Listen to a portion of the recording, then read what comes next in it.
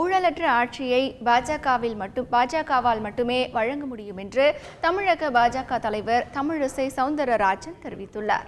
கரூரில் பாஜக நிர்வாகிகள் கூட்டத்தில் பங்கேற்ற பின் செய்தியாளர்களிடம் பேசிய அவர் தமிழ்நாட்டில் நிர்வாகம் முற்றிலும் முடங்கி போய் உள்ளதாக குற்றம் சாட்டினார்.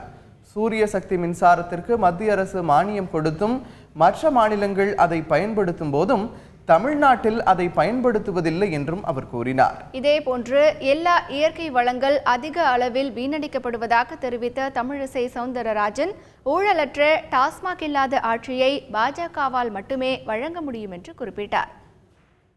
இல்லாத ஒரு ஆட்சியை, டாஸ்மாக் இல்லாத ஒரு ஆட்சியை தமிழகத்தில் பாரதிய ஜனதா கட்சியால் மட்டும்தான் கொடுக்க முடியும் என்று மக்கள் இப்பொழுது நம்ப ஆரம்பித்திருக்கிறார்கள்.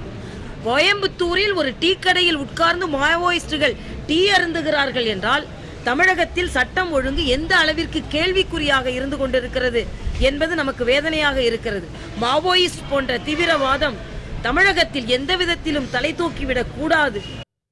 இதனிடையே சென்னை விமான நிலையத்தில் பேசிய தமிழிசை சவுந்தரராஜன் மத்திய அரசை கண்டித்து வேலை நிறுத்தத்தில் ஈடுபட போவதாக மீனவர்கள் அறிவித்துள்ளதன் மூலம் அவர்களின் மனசாட்சியே அவர்களை மன்னிக்காது என்று குறிப்பிட்டுள்ளார்.